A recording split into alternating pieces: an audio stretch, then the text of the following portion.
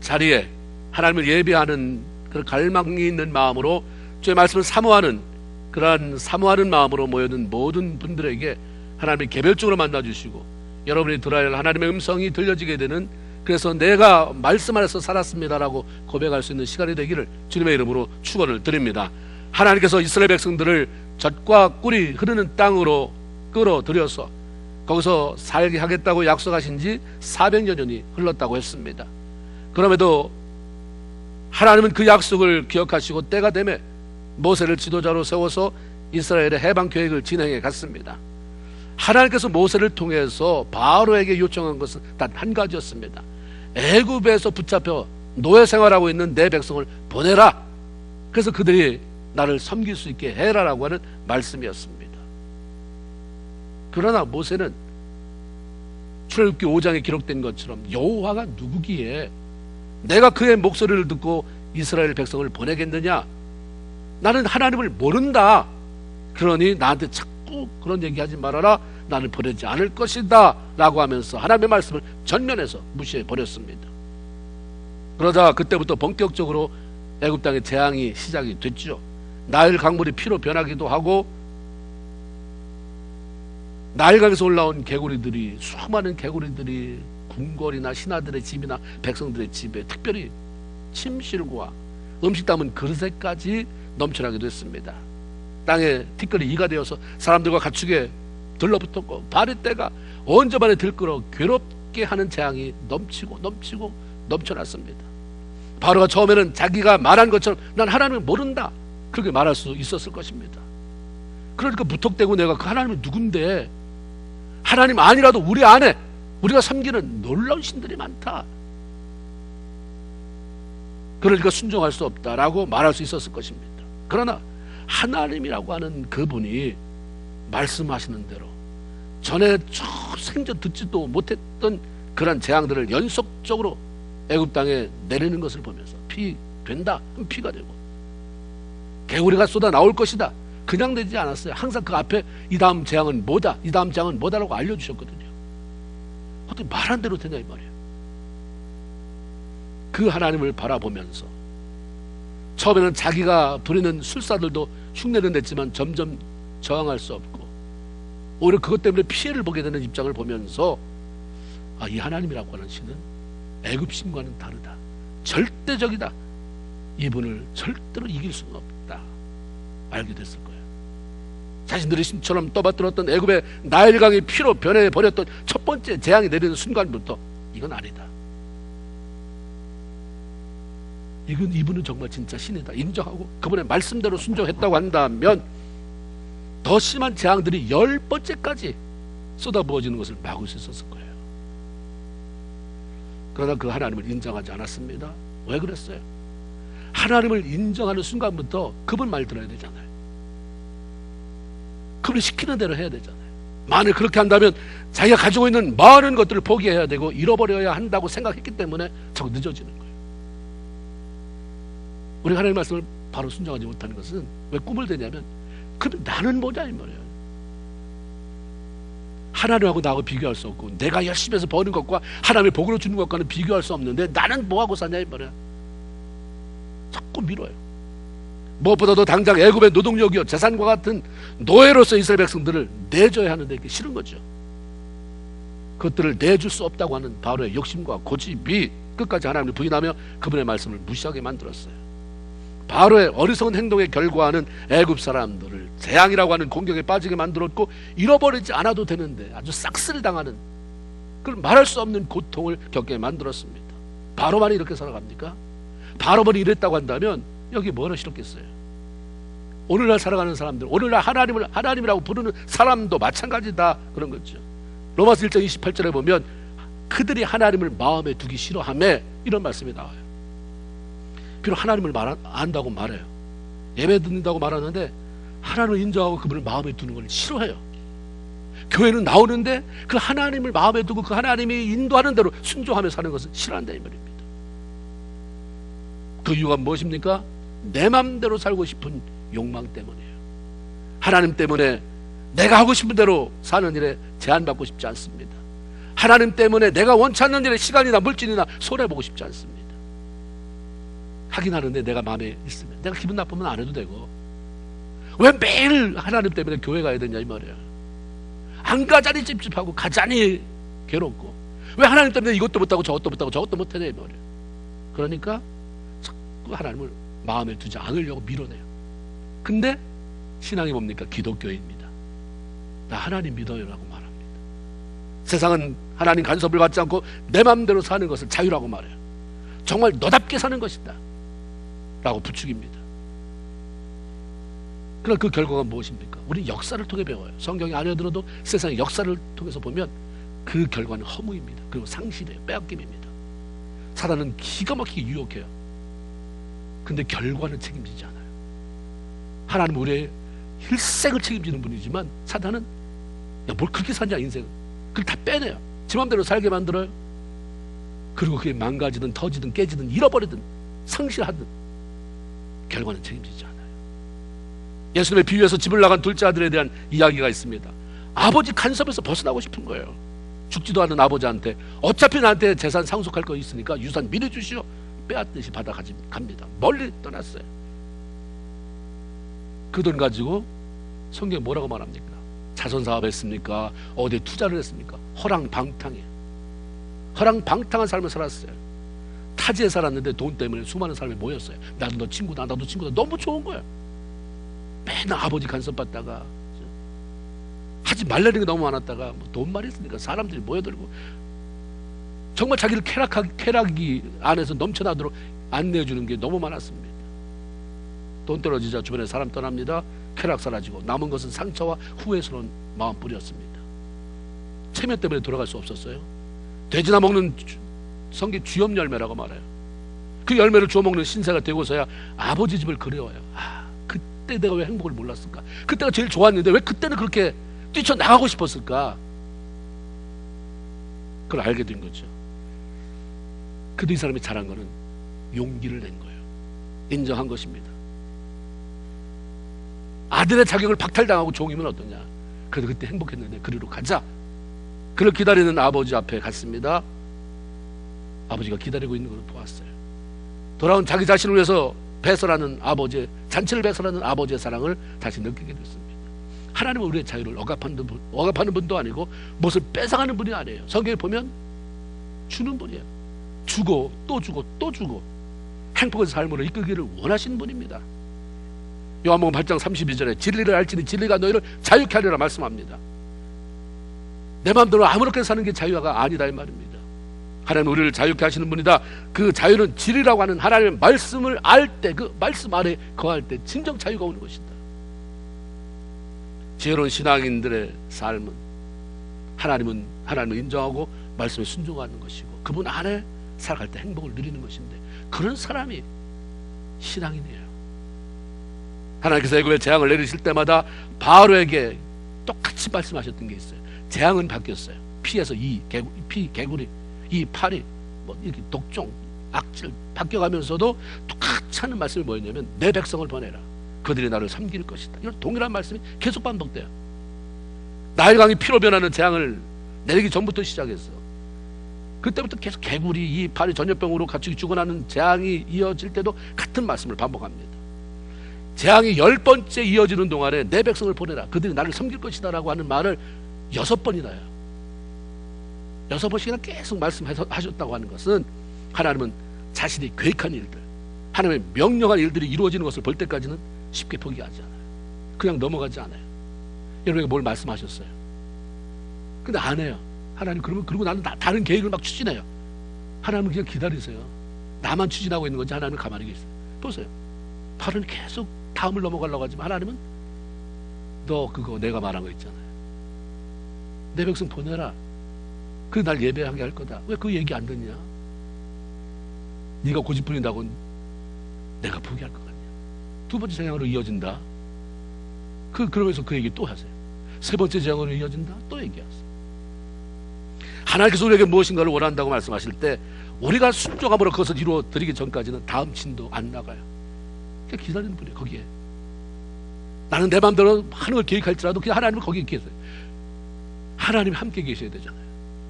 이스라엘 백성이 범죄했을 때 하나님이 이스라엘 백성에게 가라, 나는 안 간다 그러잖아요. Let go. 가기는 해줄게. 가. 나는 안 간다. 모세가 하나님이 안 가는데 우리만 가는 게 뭔 의미가 있습니까? 오늘 우리는 하나님이 안 가도 나만 가요. 그거 내가 하나님 앞에 진짜 순종 안 했나? 내가 뭘 순종 못했나? 이걸 내가 왜 안 하고 있지? 왜 이렇게 고집 부리고 있지? 그걸 점검해보지 않고 돌이키지도 않습니다.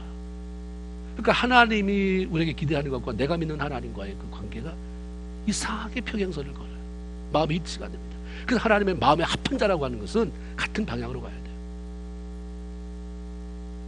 순종은 빨리 이루어질수록 엄청난 유익이 찾아오게 됩니다.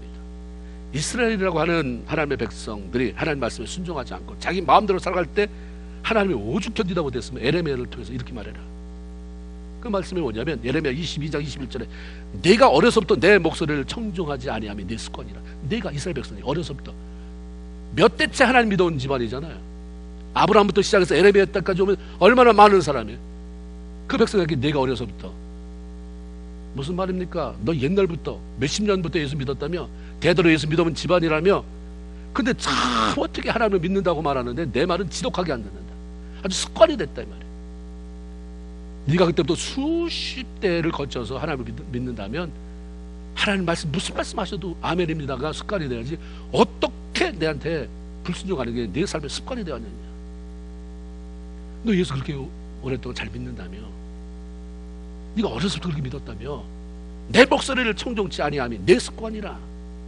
이게 이스라엘 백성들에게만 말하는 것입니까? 오늘날 우리에게 말하는 거예요. 습관적인 불순종, 더딘 순종은 하나님의 백성으로 하여금 누릴 수 있는 놀라운 유익을 다 뺏어가게 만들었고요, 당하지 않아도 늘 어려움을 겪게 만들었습니다. 바로의 경우도 하나님께서 이스라엘 백성들을 해방시키기 위해서 반복적으로 내 백성을 보내라, 내 백성을 보내라, 내 백성을 보내라고 하는 말씀에 빨리 그만큼 당했으면, 한두 번 당했으면 순종해야 되는데 10번째까지 가잖아요. 엄청난 재앙이에요. 몸이 고통스럽고 나중에 주변에 있는 먹거리들 다 뽑혀져 나가고 황폐하게 되는, 하나님 말씀에 불순종하는 것보다 더 반역하는 것은 없고, 불순종하는 것은 성경에 보면 나와 겨뤄보겠다는 것이냐라고 하는 말씀으로 받아들입니다. 하나님은 그 능력을 다 헤아릴 수 없을 만큼 크고 크신 분입니다. 출애굽기 15장 8절에 주의 콧김이, 주의 코에서 나오는 김이 머리 사이드에 파도가 언덕까지 일어서게 하시고, 이게 뭐에 대한 표현이냐면 홍해가 갈라질 때 얘기해요. 하나님 콧김 한 번 불었더니 홍해가 갈라지더라, 길이 나더라, 그 물이 벽이 되더라. 큰 힘을 쓴 것도 아니고 그냥 콧김 한 번 불었는데 바다가 갈라지고 물이 쌓이게 된다고 한다면 하나님이 힘쓰면 도대체 뭔 일이 생기는 거예요? 이렇게 큰 분이라고 한다면 세상에 존재하는 누가 이분과 싸워서 이길 수가 있겠는가? 인간은 시간에 제한을 받는 존재이지만 하나님은 시간에 매이는 분이 아니에요. 하나님 늙지도 않으세요. 베드로후서 3장 8절에 보면 사랑하는 자들아, 주께는 하루가 천년 같고 천년이 이게 하루 같다, 이렇게 말씀합니다. 여러분이 100년 아니면 인간의 의학이 발달해서 200년을 산다고 해도 천년이 하루인데 200년은 하루도 안 되는 시간이에요. 하나님께는 하루도 안 되는 시간입니다. 하나님은 급할 것 없지만 제한된 시간을 살아가는 저와 여러분 인간이 급해요. 더 늙기 전에, 더 힘이 없어지기 전에 뭔가 하나님 위해서 일해보고 싶고 하나님 영광을 위해서 살아보고 싶은 우리 마음이 급해요. 우리가 불순종함으로 우리를 향한 하나님의 축복의 계획이 지연된다고 해도 하나님은 손해볼 것이 없습니다. 근데 인간은 답답하게 살다가 죽음의 문턱 앞에 설 수밖에 없는 것입니다. 뒤늦게라도 순종해서 응답받고 죽을 수만 있다도 감사한 일이지만 조금 더 빨리 순종해서 10번째까지 그렇게 가지 않고 한두 번에서 끝내서 하나님 내가 잘못 생각했습니다, 내가 고집이 너무 셌습니다, 내가 자존심이 너무 컸어요, 하나님보다 사람 망신스러워서 내가 그렇게 못했습니다, 하나님 순종하겠습니다. 그래서 하나님이 주시는 복을 누리며 그것을 다른 사람들을 섬기고 하나님을 영광스럽게 하는 삶을 살아갈 수 있다고 한다면 그건 굉장히 복된 것입니다. 하나님과 겨루 이길 수 없다면 가장 지혜로운 삶의 방법이 뭡니까? 극강한 분한테 그냥 엎드리는 거예요. 절대적으로 그분 말씀에 따르는 것입니다. 다른 방법이 없어요. 어차피 겨룰 수 없고 그분이 내 생사권을 가지고 있는데 화가 미치고 복이 많은 그것이 주의 손에 있는데, 그분이 강하고 내가 싸워서 빼앗을 수 있는 게 아니라고 한다면 말씀 앞에 순종하는, 말씀 앞에 그냥 엎드려 버리는 것입니다.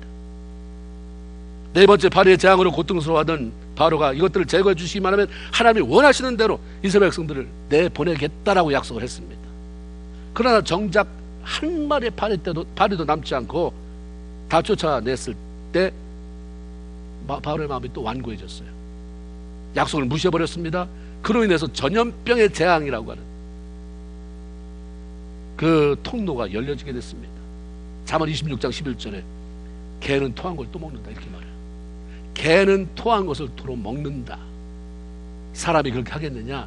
근데 미련한 자는 개가 토한 것을 먹는 것처럼 미련한 자를 거듭한다. 잠언 26장 11절에 개가 그 토한 것을 도로 먹는 것 같이 미련한 자는 미련한 짓을 반복해서 행한다 라고 말씀합니다. 하나님이 보실 때 미련한 자는 하나님께 약속한 것을 자꾸 어기는 것이고, 하나님께서 원하시지 않는다고 하는데 자꾸 반복적으로 행하는 것이 미련한 자예요. 그래서 하신 말씀, 미련한 자에게는 뭐가 남겠느냐? 그 등에 막대기다 그랬어요. 막대기 뭐 하는 거예요? 때리는 거예요. 고통스러운 삶밖에 안 남는다. 그러면서도 겉으로는 싸발라서 나 평안합니다, 나 좋습니다, 잘 됩니다 하지만 네 내면에 고통스럽다 이렇게 말씀하세요.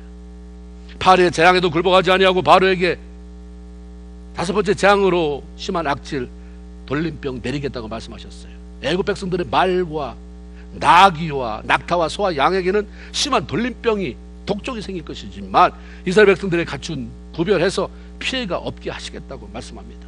그럼에도 불구하고 사람이 무뎌지고요, 계속 무뎌지기 시작하면 헤어나오지를 못하는 거예요. 다른 사람의 말이 안 들려요. 또 무시해요. 그러려면 그러라요. 왜 그랬을까?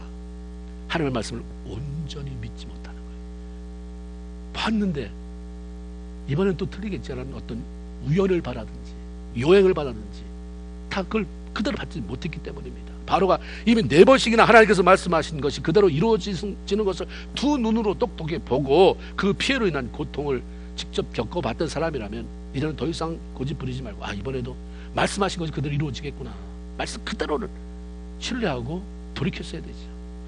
그러나 하나님의 말씀을 믿지 않았어요. 고집 부렸습니다. 그런데 한 가지가 나와요. 7절에 보면 바로가 사람을 보내어 본즉 이스라엘 가축은 하나도 죽지 아니하였더라 라는 말씀이 나옵니다. 바로가 전과 같이 완전히 하나님의 말씀을 무시는 못하고 혹시 이런 마음이 드는 거예요. 그때 하나님이 돌림병이 들어서 가축을 다 죽인다고 했는데 그게 애굽 백성의 가축만이고 이스라엘 백성은 아니다. 고센 땅에 있는 이스라엘 백성들의 가축에는 안 생긴다고 했는데 정말 그런가? 사람을 보냈잖아요. 알아봐라. 가보니까 정말 자기네 것만 죽어나간 거예요.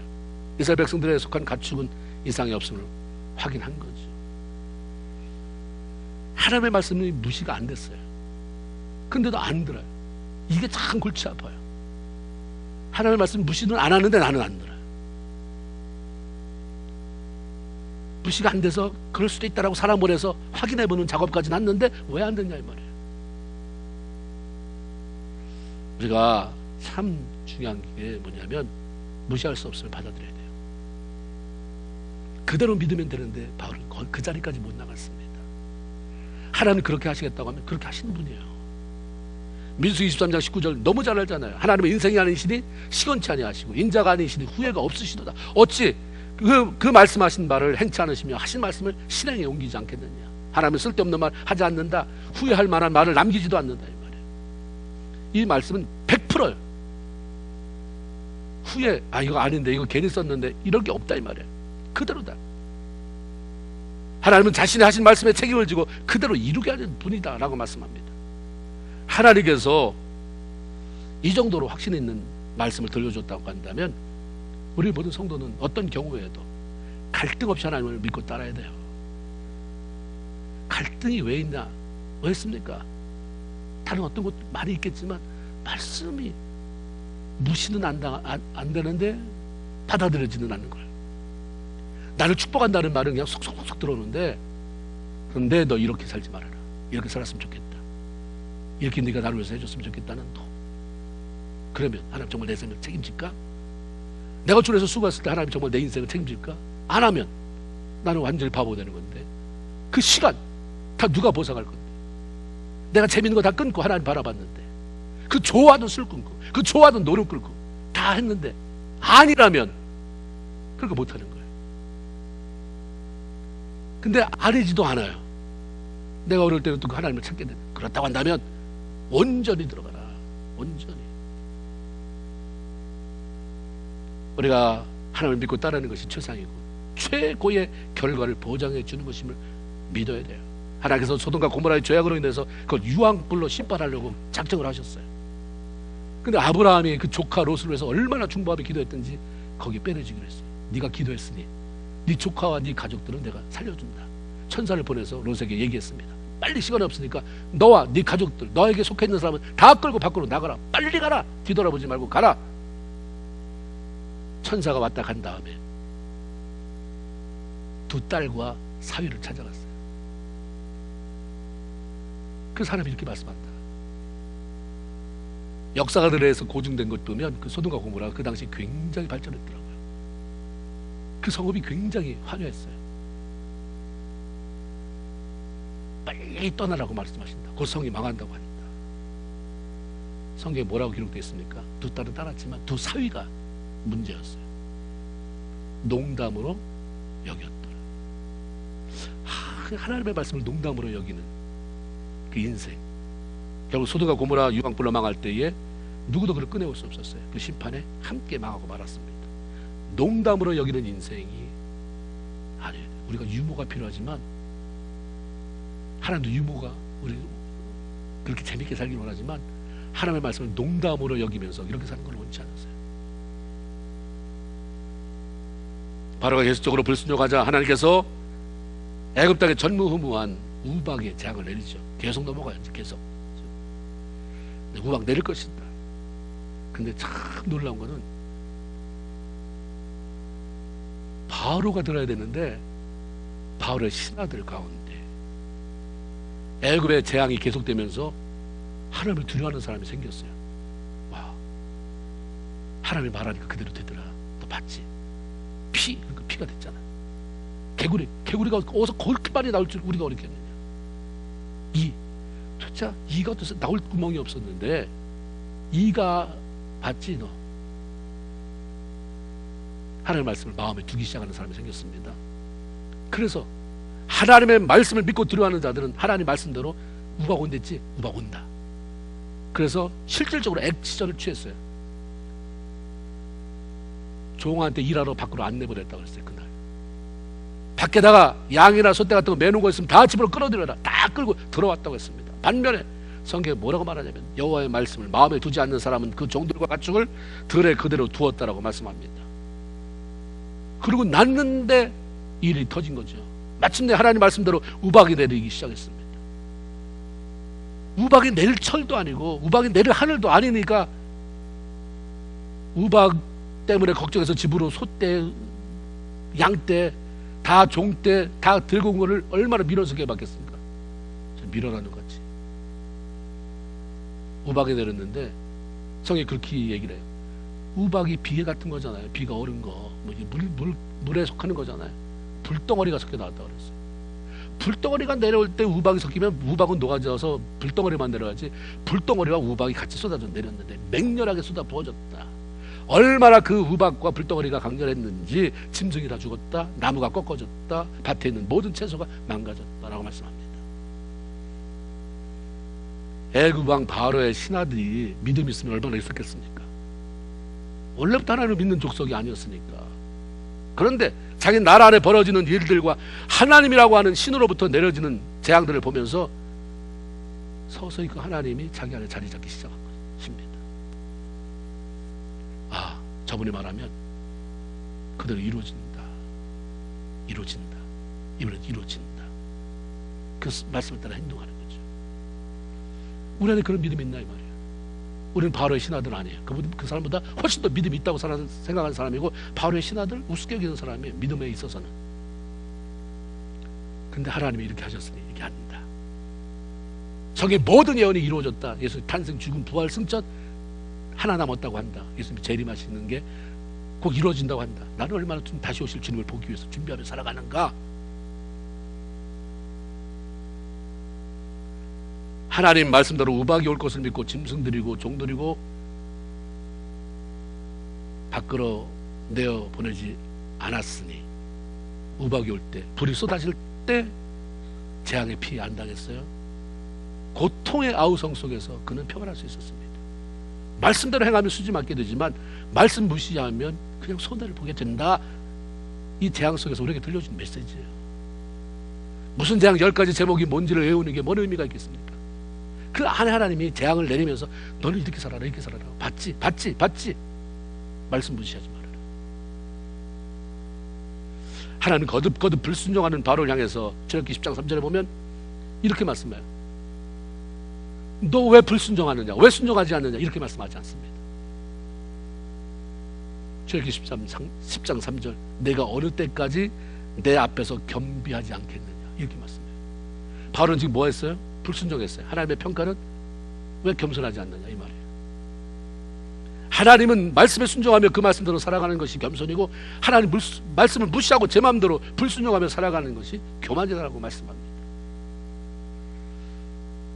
베드로전서 5장 5절에 이렇게 말씀해요. 하나님은 교만한 자를 싫어하시고요, 대적하시고요. 싫어하는 정도가 아니에요. 대적하시고 겸손한 자들의 은혜를 베풀어 주십니다. 다시 말하면 대적이 뭐예요? 앞에서 가라막는다는 거예요. 뭐 되려고 하면 다 겸손한 자가 교만한 자가 잘 돼봐야 뭐 이렇게 겸손한 자가 웅크리고 있으면 아니야, 너 같은 사람이 돼야지. 그를 하나님이 이렇게 세워주시고 은혜를 주신다는 거예요. 하나님 그 교만한 자를 막아서는데 어떻게 그 삶이 잘 될 수 있겠냐, 이 말이에요. 겸손해야 하나님께서 높이기도 하고, 겸손해야 하나님의 은혜 가운데 잘 되는 복도 누릴 수 있다라고 말씀하는 거죠. 겸손은 하나님의 말씀에 순종, 거기서부터 시작됩니다. 앞에 나서지 않는 게 겸손 아니에요. 어쩌면 그렇게 위장된 겸손은 비굴일 수 있습니다. 겸손은 말씀에 순종하는 것부터 시작돼요. 그리고 하나님 말씀에 대한 순종이라는 것은 내가 듣고 싶은 말씀만 듣는 게 아니라 하나님이 무슨 말씀을 하셔도 듣고 그대로 행하는 것이, 그게 말씀에 대한 순종인 거죠. 사무엘이라고 하는 위대한 선지자가 한 시대를 살다 갔어요. 어릴 때부터 서원에서 받은 아들이라 일찍 젖되자마자 성전에 갖다 줬거든요. 어느 날 하나님께서 사무엘아 사무엘아 그를 부르는 음성을 듣게 됐습니다. 처음으로 하나님의 음성을 육성으로 듣게 된 사무엘의 대답은 이것이었습니다. 하나님, 말씀하옵소서. 주의 종이 듣겠나이다. 듣겠나이다. 리슨만이 아니라 오베이야. 내 귀로 듣겠습니다가 아니라 내 마음으로 순종하며 따르겠습니다. 원치 않든 하나님께서 말씀하시면 내가 순종하며 사는 삶을 내 일생 살겠습니다라고 하는 사무엘의 신앙 고백이었습니다. 하나님은 이런 사무엘을 그냥 놔둘 리가 없죠. 홍수의 물이 귀하잖아요. 홍수의 생수가 먹을 식수가 귀하잖아요. 물은 넘치는데 식수가 귀해요. 수많은 사람이 하나님 부르지만 정말 하나님 앞에 말씀하옵소서 주의 종이 듣겠나이다라고 하는 하나님의 마음을 시원케 든 그런 식수와 같은 생수 같은 사람이 부족한 때에 이런 사람이 등장했으니 그냥 내버려 두겠습니까? 사무엘을 통해서 이스라엘 나라가 태동하는데 쟁쟁한 왕들 사울, 다윗, 솔로몬 같은 사람에게 기름 부어서 왕을 만들게 되는 그런 놀라운 일을 시키셨어요. 우박으로 나라가 황폐하게 되었는데도 불구하고 바로가 여전히 불순종함으로 하나님이 또다시 선포합니다. 이번엔 메뚜기 재앙이다. 우박으로 인해서 다 채소가 과일이 떨어지고 다 망가졌는데 거기 남은 거 있지 않느냐, 메뚜기 떼가 와서 다 덮쳐서 싹쓸이할 것이다 선포합니다. 이 얘기를 들었을 때 바로가 미동이 없어요. 이미 감각이 무뎌졌습니다. 근데 신하들이 들고 났어요. 저기 10장 7절에 보면 바울에게 이렇게 얘기합니다. 아니 도대체 어느 때까지 이 이스라엘 사람들이 우리의 함정이 되게 만들겠습니까? 빨리 그 사람 내보내세요. 다 내보내세요. 그들 원하는 대로 하나님 섬기든지 뭐든지 마음대로 하라고 하세요. 좀 얘기 좀 하세요. 왕은 아직까지도 애굽이 망한 줄 알지 못하십니까? 재앙으로 인해 애굽 땅이 이미 망했는데 왕은 여전히 왜 그걸 모르고 이렇게 고집부리십니까? 왜 이렇게 마음이 강박하십니까? 왜 너만 모르냐 이 말이에요. 다른 사람은 다 아는데 왜 너만 모르느냐? 다른 사람은 다 아는데 왜 너만 모르느냐? 이스라엘 백성들로 하여금 그들로 인해서 더 이상 애굽이라고 하는 나라가 재앙 속에 힘들어지지 않도록 왕이 하나님 앞에 제발 고집 부리지 말고 제발 시키는 대로 해라. 시키는 대로. 바로 왕은 그 당시 애굽 사람들에게 절대적인 권력을 가진 사람의 신입니다. 미이라 같은 거예요. 안 죽어 이 사람들은 생각이 죽으면 하늘로 가서 별이 되고 그래서 애굽을 보호하는 신이 되는 거잖아요. 신이에요, 신. 그런데 그 신하들이 그 왕을 비난해요. 원망해요. 너 때문에 우리 망한다. 보내면 되는데 너 아직 망한 거 모르냐? 이런 말을 감히 쏟아 부을 수가 없는 거예요. 와, 고통 속에서 정신이 나갔어요, 다들. 왕한테 쏟아 붓습니다. 바로 왕이 하나님의 말씀을 무시하고 불순종하며 외면했을 때 찾아온 게 수치다 이 말이에요. 말씀대로 순종하지 않을 때 우리 삶에 찾아오는 것은 수치입니다. 수치스러운 삶이에요. 하나님의 말씀에 순종하며 그분의 마음을 흡족하게 살았던 다윗에게 하나님이 뭐라고 예언적인 축복을 하셨냐면 역대상 17장 8절에 내가 어디로 가든지 내가 너와 함께 있어서 내 모든 대적 앞에서 그들 다 멸해줄 것이다. 세상에서 존귀한 자의 이름같이 내가 내 이름을 존귀하게 하겠다. 하나님은 하나님을 사랑하는 자, 하나님 마음에 합한 자, 그분 말씀대로 살려고 순종하려고 애쓰는 사람이 존귀하게 되는 걸 원하세요. 존귀하게. 수치스럽게 되지 않기를 기도하잖아요. 하나님 우리가 수치스럽지 않기를, 예수의 이름으로 살아가는 하나님의 백성들이 이 땅에 수치스럽지 않게. 그럼 여러분이 협조해야 되는 거예요. 뭘 협조해야 되냐면 기도받는다고 해서 저절로 그렇게 수치스럽지 않습니까? 말씀을 귀하게 여겨야 돼요. 하나님 말씀에 순종하는 거예요. 하나님 말씀을 무시하지 않는 거예요. 다윗이 그렇게 살았더니 하나님이 그렇게 말하지 않았는데도 다윗이 요청한 것도 없는데 내가 널 존귀하게 만들겠다. 존귀하게 만들겠다. 그 존귀함은 오늘까지 내려와요. 애굽에 내린 재앙 속에서도 하나님이 끊임없이 당신의 사랑하는 백성들에게 말씀하십니다. 교훈하십니다. 메시지를 주세요. 이 땅에서 잘 되고 존귀케 되는 삶의 비결은 하나님의 말씀을 귀하게 여기는 것이다. 겸손히 그 말씀에 순종하며 살아가는 것이다 라고 알려주십니다. 하나님의 말씀과 더불어서 찾아오는 그런 복이 다른 사람의 것이 아닌 바로 여러분의 것이 되어 누리고, 그리고 여러분 때문에 다른 사람에게도 그런 놀라운 복이 임하게 되는 역사가 있기를 주님의 이름으로 축원을 드립니다. 아멘. 기도합시다. 우리 한번 결단합시다. 나는 말씀 앞에 어떻게